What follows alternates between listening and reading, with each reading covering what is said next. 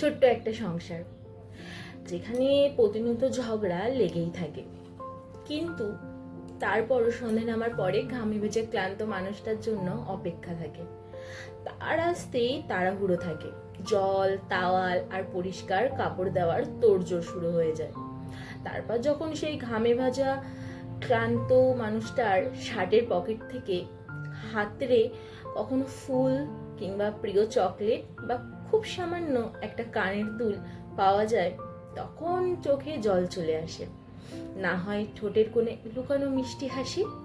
একটা সংসার যেখানে ঘটা করে ভালোবাসি বলা হয় না কাউকে, কিন্তু জ্বরের রাতে পাশে বসে রাত জাগা হয়।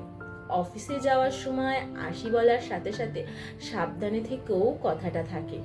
কখনো কখনো রান্নার সময় জিজ্ঞেস থাকে আজ কি রাঁধবো। দুপুরে খাওয়ার প্লেট সামনে নিয়ে একটা মেসেজ থাকে, খেয়ে নিও।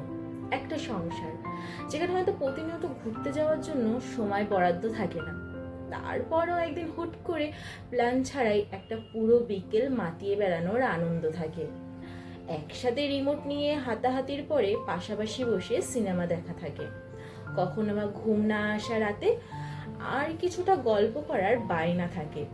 এমন একটা ছোট্ট সংসার আমাদেরও হোক, যেখানে রাগ থাকবে, ঝগড়া থাকবে, অভিমানও থাকবে, হাজারটা অভিযোগও থাকবে, তবুও ছেড়ে যাওয়ার কোনো প্রশ্ন থাকবে না।